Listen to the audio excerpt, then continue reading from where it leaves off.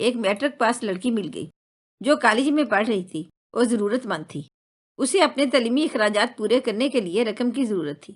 شام کو 5 بجے سے 6 بجے تک وہ مجھے گھر پر ٹیوشن دینے آنے لگی۔ استانی مومنہ کو آئے 4 ماہ ہوئے تھے کہ ایک روز والد صاحب نے اسے لاری اڈے پر کسی لڑکے کے ساتھ کھڑے دیکھ لیا۔ وہ ڈرائیور کے پاس گئے اور پوچھا، کیا تم ان دونوں کو جانتے ہو؟ میں ایسے والدین کی بیٹی تھی جن کی شرافت کی لوگ مثالیں دیا کرتے تھے۔ والد تہجد گزار اور امی 5 وقت کی نمازی تھیں۔ ہمارے گھر کا ماحول بے حد پاکیزہ تھا۔ بڑی بہن کو والد نے گھر پر خود پڑھایا۔ آپی نے بطور پرائیویٹ طالبہ میٹرک کا امتحان دیا۔ رزلٹ آتے ہی ان کی شادی کر دی گئی۔ بھائی اسکول جاتا تو میں اسے حسرت سے دیکھتی تھی۔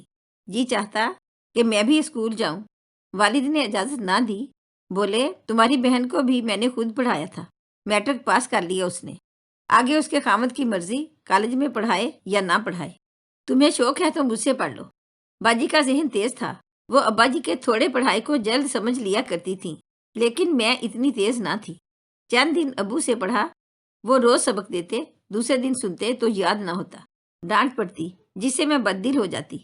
امی نے یہ صورتحال دیکھی تو کہا، رابعہ کے ابو یہ تم سے نہیں پڑھ سکے گی، اس کے لیے کسی استانی کا گھر پر انتظام کر دو۔ پہلے وہ راضی نہ ہوئے، پھر اس شرط پر حامی بھر لی کہ استانی ایسی ہونی چاہیے جو قرآن پاک بھی پڑھا سکے، دین اور دنیا دونوں کی تعلیم دے سکے، تبھی ٹیوشن پر رکھوں گا۔ اب ایسی استانی کی تلاش شروع ہو گئی۔ بڑی تگو دو کے بعد امی کی ایک جاننے والی کے توسط سے ایک میٹرک پاس لڑکی مل گئی جو کالج میں پڑھ رہی تھی اور ضرورت مند تھی۔ اسے اپنے تعلیمی اخراجات پورے کرنے کے لیے رقم کی ضرورت تھی۔ شام کو 5 بجے سے 6 بجے تک وہ مجھے گھر پر ٹیوشن دینے آنے لگی۔ استانی مومنہ کو آئے 4 ماہ ہوئے تھے کہ ایک روز والد صاحب نے اسے لاری اڈے پر کسی لڑکے کے ساتھ کھڑے دیکھ لیا۔ وہ ڈرائیور کے پاس گئے اور پوچھا، کیا تم ان دونوں کو جانتے ہو؟ ہاں کیوں نہیں، یہ اکثر یہاں آتے ہیں۔ لاری میں بیٹھ کر اگلے سٹاپ پر اتر جاتے ہیں، وہاں سامنے کیفے ہے، یہ وہاں بیٹھ کر گپ شپ کرتے ہیں، چائے پیتے ہیں اور دوسری لاری جو یہاں آ رہی ہوتی ہے اس پر سوار ہو کر واپس آ جاتے ہیں۔ چھوٹے علاقے میں ایسے معاملات چھپتے نہیں۔ والد صاحب نے مزید تفتیش کی۔ جب ڈرائیور کے بیان کی تصدیق ہو گئی تو انہوں نے استانی مومنہ کو ہٹا دیا۔ والدہ کو بھی خوب برا بھلا کہا کہ بے وقوف عورت، جو ٹیچر خود مرض عشق میں گرفتار ہو میری بچی کو کیا پڑھائے گی؟ کسی روز اسے بھی اس موذی مرض کی لذت سے آشنا نہ کر دے۔ آئندہ اس لڑکی نے ہمارے گھر میں قدم بھی رکھا تو مجھ سے برا کوئی نہ ہوگا۔ میری بدقسمتی کہ مومنہ کا راز والد پر کھل گیا اور مجھ پر تعلیم کا در بند ہو گیا۔ ہمارے علاقے میں ٹیوشن سینٹر نہ تھے، ہوتے بھی تو جو باپ اپنی بیٹی کو اسکول بھیجنے کا روادار نہ تھا وہ اسے اکیڈمی پڑھنے کیوں بھیجتا؟ استانی کیا گئی، میں مرجھا کر رہ گئی۔ بھائی جان کو میری دلی کیفیت کا اندازہ تھا، وہ میرے دکھ کو پوری طرح محسوس کر رہے تھے۔ ان کے ایک کلاس فیلو کے ماموں ٹیوشن پڑھاتے تھے، وہ قاری بھی تھے۔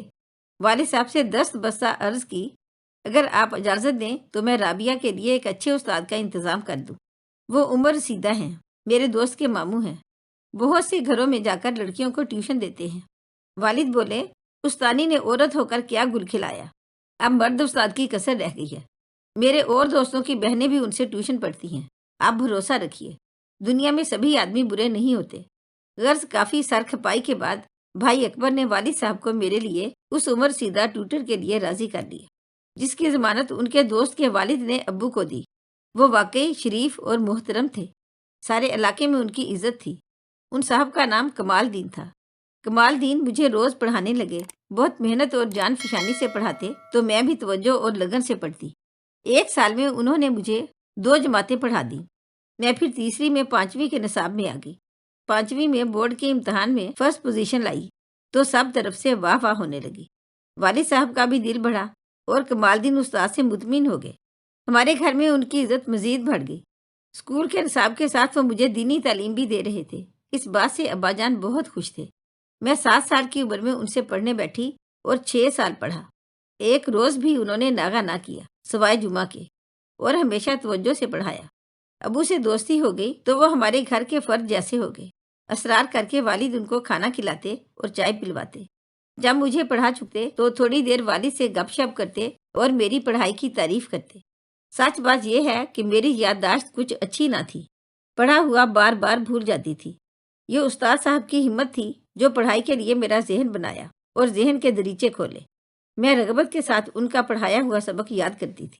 اب میں کافی بڑی ہو گئی تھی اور برقع اوڑھنے لگی تھی، مگر استاد صاحب سے میں نے پردہ نہ کیا۔ اب میں ان کو استاد صاحب کی بجائے چچا جان کہتی تھی۔ میرے تمام گھر والوں کو ان پر اعتبار تھا۔ گھر میں کسی کو یہ خیال نہ آیا کہ اب رابعہ بڑی ہو گئی ہے، اور استاد صاحب لاکھ اچھے انسان صحیح ہیں تو نامحرم۔ پہلے کی طرح میں اب بھی اکیلے کمرے میں ان کے ساتھ پڑھنے بیٹھتی تھی، اور اس معمول میں کوئی فرق نہ آیا کہ وہ جتنی دیر چاہتے مجھے پڑھاتے رہتے۔ اس تنہائی نے اپنا کام کر دکھایا۔ استاد صاحب کے دل میں میرے لیے محبت پیدا ہو گئی، اور ایک دن وہ مجھ پر اپنی محبت کا اظہار کر بیٹھے۔ مجھے ان سے ایسی امید نہ تھی، گھبرا گئی۔ میں ان کی ایسی عزت کرتی تھی جیسے لڑکیاں اپنے بزرگوں کی کرتی ہیں۔ بھلا میں ان کے بارے میں ایسا کیسے سوچ سکتی تھی؟ استاد صاحب کے اظہار محبت سے میرا دل ان سے برا ہو گیا۔ ارادہ کر لیا کہ اب ان سے پڑھنا ترک کر دوں گی۔ میں نے پڑھنے سے انکار کر دیا۔ گھر والے لعنت ملامت کرنے لگے کہ جب منزل قریب آ گئی ہے، میٹرک کی تیاری کرنی ہے، تو اب پڑھنے سے جی چرا رہی ہے۔ اب 1 سال باقی رہ گیا ہے میٹرک تک پہنچنے میں۔ استاد صاحب آتے، میں ادھر ادھر ہو جاتی، ان کے پاس پڑھنے نہ جاتی۔ والد اور بھائی ڈانٹتے، یہ کیا تماشا ہے؟ امی ہر وقت برا بھلا کہتی، کیا ہو گیا ہے تمہیں؟ آخر کیوں پڑھائی سے دل اٹھا لیا ہے؟ میں ان کو وجہ نہ بتاتی، بس یہی کہتی کہ مجھے اب پڑھائی مشکل لگتی ہے، میٹرک نہیں کر سکتی، اتنی پڑھائی میرے بس کا روگ نہیں ہے۔ استاد صاحب بھی پریشان تھے، سمجھ گئے کہ انہوں نے اظہار محبت کر کے کتنی بڑی غلطی کر ڈالی ہے۔ وہ مقررہ وقت پر آ جاتے، دیر تک بیٹھک میں بیٹھے رہتے، اور میں جانے کا نام نہ لیتی۔ جانتے تھے کہ مجھے میٹرک کرنے اور کالج میں داخلے کا کتنا شوق ہے۔ انہوں نے ابا جان کو بھی اس امر کے لیے راضی کر لیا تھا کہ اگر رابعہ نے میٹرک اچھے نمبروں سے پاس کر لیا تو اسے کالج میں داخلہ دلوائیے گا۔ ایسی ہونہار بچی پر علم کے در بند کرنا ظلم ہوگا۔ ان کی کوششیں بارآور نہ ہوئیں، میں نے ان سے پڑھ کر نہ دیا، پڑھنے سے صاف انکار کر دیا، اور انہوں نے روزانہ آنا موقوف کر دیا۔ اب وہ کبھی کبھی والد سے ملنے آتے تھے اور باہر سے ہی مل کر چلے جاتے تھے۔ بھائی جان BA کے پرچے دے چکے تھے، انہوں نے مجھے قائل کیا کہ وہ خود پڑھائیں گے اور تمہیں میٹرک کا امتحان دینا ہوگا۔ اپنے بھائی سے پڑھنے پر مجھے کیا اعتراض تھا؟ خوش بھائی جان سے پڑھتی، اور یوں انہوں نے تیاری مکمل کرا دی تو میں نے امتحان دے دیا، اچھے نمبروں سے میٹرک پاس کر دیا۔ بے شک اس میں استاد کمال دین کی بہت محنت شامل تھی، لیکن ان کی ایک غلطی نے یہ اعزاز ان سے چھین لیا کہ وہ ایک اچھے استاد اور قابل بھروسہ انسان ہیں۔ کالج میں داخلے شروع ہو گئے، والد صاحب بیمار پڑ گئے۔ بھائی نے وعدہ پورا کیا اور مجھے گرلز کالج میں داخل کرا دیا۔ یہاں بھی محنت اور لگن سے تعلیم جاری رکھی، کیونکہ کالج میں پڑھنا میرا خواب تھا۔ ایک روز کالج سے گھر لوٹ رہی تھی کہ کسی کو اپنا تعاقب کرتے پایا۔ مڑ کر دیکھا، حیرت زدہ رہ گئی۔ یہ میرے وہی استاد محترم تھے جنہوں نے مجھے تقریباً 8 سال پڑھایا تھا اور آخر میں اپنے کیے کرائے پر پانی پھیر دیا تھا۔ انہیں دیکھ کر کچھ دیر کو وحشت زدہ تو ہوئی، پھر اعتماد بحال کر لیا اور بغیر پیچھے دیکھے اپنی راہ چلتی رہی، یہاں تک کہ بخیر و عافیت گھر پہنچ گئی۔ مجھے نہیں معلوم کب تک استاد کمال دین میرے پیچھے آئے اور کب راہ مڑ گئے۔ ہفتہ بعد پھر یہی واقعہ ہوا۔ اس بار بھی نظر انداز کیا۔ بازار میں ان کو تماشا بنانا چاہتی تھی اور نہ خود تماشا بننا چاہتی تھی۔ ان کا احسان بھی یاد تھا کہ مجھ کند ذہن پر انہوں نے کتنی محنت کی تھی۔ جب میں چھوٹی سی تھی اور بار بار پڑھا ہوا سبق بھول جاتی تھی، تیسری بار میں ان کے تعاقب کو نظر انداز نہ کر سکی، اور جب وہ میرا تعاقب کرتے ہوئے قریب آ گئے تو رک گئی اور مڑ کر ان سے مخاطب ہو گئی، استاد صاحب کیا بات ہے؟ کیا کوئی مسئلہ ہے جو آپ یوں میرا پیچھا کر رہے ہیں؟ کوئی پرابلم ہے تو بتائیے۔ میں بہت شرمندہ ہوں رابعہ، اور تم سے معافی مانگنا چاہتا ہوں۔ جس روز اظہار محبت کی غلطی ہوئی اس دن سے جان سولی پر ٹنگی ہے۔ جیتا ہوں اور نہ مرتا ہوں۔ شرمندگی اس قدر ہے کہ اپنے ضمیر سے بھی آنکھ نہیں ملا سکتا۔ اتنا پچھتاوا ہوتا ہے، کبھی کبھی جی چاہتا ہے خودکشی کر لوں۔ زندگی کی اب بس ایک خواہش تھی، تم ایک بار کہیں مل جاؤ تو تم سے معافی مانگ لوں۔ اگر تم معاف کر دو تو سکون آ جائے گا۔ یقین کرو سکون سے مر سکوں گا اور قبر میں بھی سکون سے سو سکوں گا۔ وہ اس قدر نادم نظر آ رہے تھے کہ مجھے ان پر ترس آ گیا۔ ان کی داڑھی آنسوؤں سے بھیگ گئی تھی۔ یہ رستہ تھا، عام گزرگاہ تھی۔ مجھے ڈر بھی لگ رہا تھا کہ لوگ ہمیں دیکھ رہے ہوں گے تو وہ ہمارے بارے میں کیا سوچیں گے۔ جب انہوں نے ہاتھ جوڑ کر کہا، رابعہ کہو تم نے مجھے صدقے دل سے معاف کیا، تو میں یہ الفاظ دہرائے بغیر نہ رہ سکی اور کہا، استاد صاحب میں نے آپ کو صدقے دل سے معاف کیا۔ بے شک بھول انسان سے ہو جاتی ہے اور آپ بھی ایک انسان ہی ہیں۔ بولے انسان بوڑھا ہو جاتا ہے اس کا دل مگر بوڑھا نہیں ہوتا اور دل پر کسی کا اختیار نہیں۔ اسے کوئی شے پسند آ جائے تو بچہ بن جاتا ہے۔ تم نے میری بھول کو معاف کیا، مجھے سکون آ گیا۔ اللہ تم کو خوش رکھے، اب کبھی تمہارے راستے میں نہ آؤں گا۔ واقعی اس روز کے بعد استاد صاحب پھر کبھی میرے راستے میں نہ آئے۔ انہوں نے مجھ سے استدعا کی تھی کہ ان کے اس راز کو راز رکھوں گی اور کبھی کسی کو نہ بتاؤں گی۔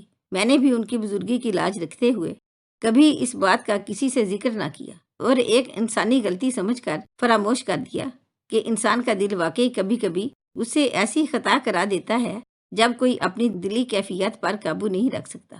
میں اچھی لڑکی تھی، استاد کمال دین بھی باکردار آدمی تھے، تو یہ کہانی شروع ہونے سے پہلے ختم ہو گئی۔ میں رسوا ہوئی اور نہ وہ ذلیل و خوار ہوئے، لیکن سوچتی ہوں ہمارے معاشرے میں آئے دن ایسی کہانیاں جنم لیتی رہتی ہیں۔ یہ داستانیں کچا کچا بکھری پڑی ہیں، جب نہ سمجھ اور نادان نو عمر لڑکیاں اپنے گھاگ قسم کے استادوں سے مروب ہو کر ان کے ہاتھوں میں کھلونا بن جاتی ہیں اور آخر میں عمر بھر کا پچھتاوا پلے بن جاتا ہے۔ والد صاحب کی بیماری بہت بڑھی تو ان کو لاہور لے گئے، جہاں کینسر تشخیص ہوا۔ یہ ایسی بیماری تھی کہ علاج کراؤ تو مرو، نہ کرواؤ تو بھی مرو۔ بھائی کو ابھی نوکری نہ ملی تھی، والد کی تھوڑی سی پینشن میں گزر بسر ہو رہی تھی۔ کینسر کے افریت نے منہ کھولا تو ابا جی کے علاج کی خاطر مکان بک گیا اور ہم کرائے کے مکان میں شفٹ ہو گئے۔ یہ بعد میں پتہ چلا کہ کرائے کا یہ مکان استاد محترم کا ہے، جس کا ہم برائے نام کرایہ دیتے تھے۔ جب ہمارے مالی حالات بہت خراب ہو گئے تو پریشانی کے عالم میں ایک روز استاد کمال بھائی کو ملے۔ یوں کہ وہ اسپتال گئے تو وہاں والد صاحب کو بھائی جان معائنہ کے لیے لے گئے تھے کینسر وارڈ میں ٹکراؤ ہو گیا۔ استاد کمال اپنے بڑے بھائی کو چیک اپ کے لیے لائے تھے، خیر خیریت دریافت کی۔ جب انہیں پتہ چلا والد صاحب کینسر میں مبتلا ہیں تو بہت دکھی ہوئے، اب روز گھر آنے لگے، والد کی تیمارداری کے بہانے علاج کے لیے رقم اور دوائیں لا کر دیتے۔ ڈاکٹروں نے ابا جی کا آپریشن بتایا، خرچہ بہت زیادہ تھا۔ استاد صاحب نے ہمت بندھائی اور ان کو آپریشن کے لیے آمادہ کیا۔ دوران آپریشن دن رات ساتھ رہے اور تمام خرچہ انہوں نے اٹھایا۔ یہ ان کا ایسا احسان تھا جس کو ہم لوگ کبھی نہیں بھلا سکتے۔ والد صاحب کی زندگی نے وفا نہ کی، وہ کچھ عرصہ بعد خالق حقیقی سے جا ملے، لیکن استاد کمال نے ان سے وفا کی، میرے بھائی کو اپنے اثر و رسوخ سے ملازمت دلوا دی، میری تعلیم کا خرچہ اٹھایا اور دکھ سکھ میں کام آتے رہے، یہاں تک کہ جب میری شادی کا وقت آیا تو انہوں نے کافی رقم قرض حسنہ کے طور پر والدہ کو دی، جو بعد میں معاف کر دی۔ ان کے عنایت سے آج میں اپنے گھر میں خوش اور آباد ہوں۔ بھائی برسر روزگار ہے، امی ان کو ہر وقت دعائیں دیتی ہیں۔ اگر وہ مدد نہ کرتے تو ہمارا کیا بنتا؟ آج میں سوچتی ہوں انسان بھی عجب فطرت لے کر پیدا ہوتے ہیں۔ ایک وہ ہیں جو محبت کے دعوے دار ہوتے ہیں مگر محبت کو آڑ بنا کر دوسرے کو شکار کرتے ہیں، ان کی عزتوں کو خاک میں ملا کر خاندانوں کو تباہ کر دیتے ہیں۔ اور ایک وہ جو واقعی محبت کرتے ہیں تو پھر صدقے دل سے بغیر کسی طمع اور لالچ کے اس جذبے کو دل میں چھپا کر رکھتے ہیں، عمر بھر اس پھول کو مرجھانے نہیں دیتے، ان کی مہک سے اپنی روح اور دوسروں کی زندگیوں کو معطر رکھتے ہیں۔ ایسے ہی لوگوں کے دم قدم سے اس دنیا میں بہار ہے۔ اگر آپ کو ہماری آج کی کہانی اچھی لگی ہو تو پلیز اسے لائک کریں، شیئر کریں اور مزید اچھی ویڈیو کے لیے ہمارے چینل کو سبسکرائب کریں۔ شکریہ۔